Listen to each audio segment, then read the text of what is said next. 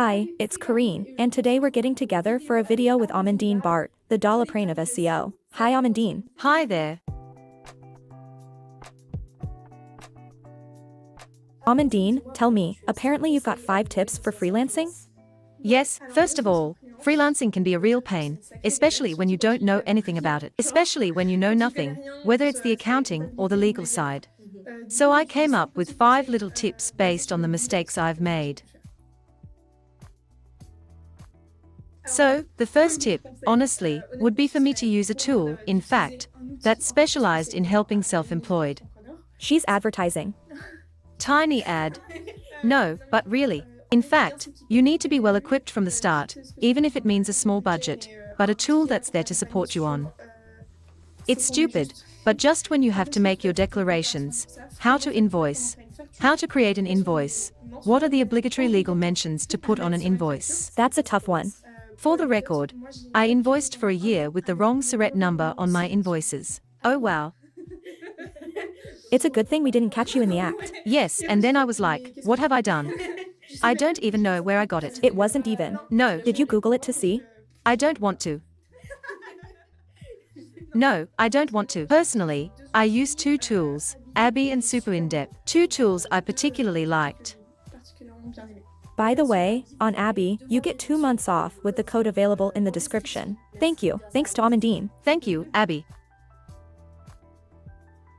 The second piece of advice I'd have to give is really when you're getting started. I don't know why we have this obsession, but we think, the first thing I need to get started is a logo. But it's not. First of all, no one cares about your logo. It can be expensive, especially if you want to delegate it. And it's not the most important thing when you're just starting out. Because the most important thing when you're just starting out is to find customers. And it's not necessarily to have the most perfect logo. I started without a logo. I started without a website. I started with just LinkedIn and my logo, it. Now I've been a self-employed entrepreneur for a little over 2.5 years and I still don't have it. It's only getting there now. It's true. But why spend 500, 1,000, 2,000 on a logo when you don't even know how you're going to use it? After all, your image can change over time. That's right, and change completely. So don't spend 1 month trying to. 1 month or more, and above all, spending astronomical sums of money on a logo in the beginning isn't the first thing I'd go for. The first step is to find customers. It's essential, but it's important to remember it because a lot of people miss out on this information. You know, sometimes, I don't know why, you think yeah, but right now, my first step is that I have to make my logo. Well, no, not at all. Secondly, I think it's really important to surround yourself with people, especially when you're a freelancer. There are several reasons for this. The first is to surround yourself with people who have complementary skills. Whether you're setting up a small group of freelancers, or you have a customer who has a complementary need, you already have a partner to recommend. 1. It's really cool for your customer. Secondly, you get to surround yourself with people who are already freelancers, so they can share their troubles with you, share all the things you can skip, and also avoid that feeling of loneliness. Because if you're a freelancer, working from home, you can't afford an office yet, you can't have 2 jobs at the same time, and so on. You can quickly find yourself at home, alone, with a monstrous to-do list and a lot of pressure. So you need to surround yourself with the right people. I've managed to surround myself by sharing on LinkedIn, by commenting on other people's posts, by meeting people on LinkedIn, but also in co-working places, in cafes where you can work. In short, you have to surround yourself well. Okay, and then, as you were saying, you've got clients to offer, but then, even you can offer clients if they've got. Yes, clearly, it can be a bit of a trick.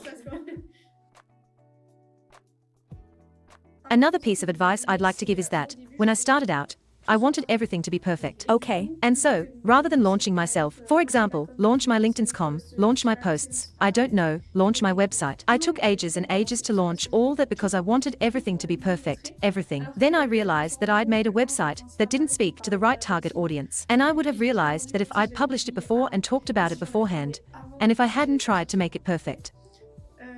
So really, the advice is in the beginning, don't try to make it perfect, but just launch and adapt and learn from the experience. We're always trying to come up with the perfect offer, the perfect positioning, the perfect branding, whereas all that can be fine-tuned over time and with the first customers. It's true. It's better to try before you. Well, in the real world, you test and see if it works. And I spent 6 months making a website. 6 months. Yeah, because I wanted everything to be perfect so badly that I spent weeks on details that didn't make sense. And then I'd have launched my site, realized it was off the mark, and could have come up with a much cleaner offer in just 2 weeks. So yeah. And the last piece of advice I wanted to give is short and to the point, but set reminders for URSAF payments, because if you miss one, it hurts. Have you been fined by URSAF?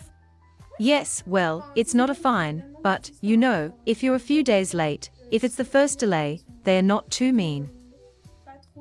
Yes. But really, just give yourself reminders because no, it hurts too much. And if, on top of that, it's your first turnover and you're already being taxed, don't add even more taxes, which means you can't generate any profit from your business.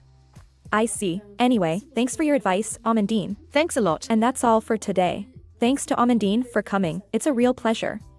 And don't forget, Amandine's really good at SEO. She's launched her own brand, the Doliprane of SEO. She's also the otter of SEO. So don't hesitate to go and subscribe to her newsletter, which I'll leave for you in the description. See you soon. See you soon for more videos.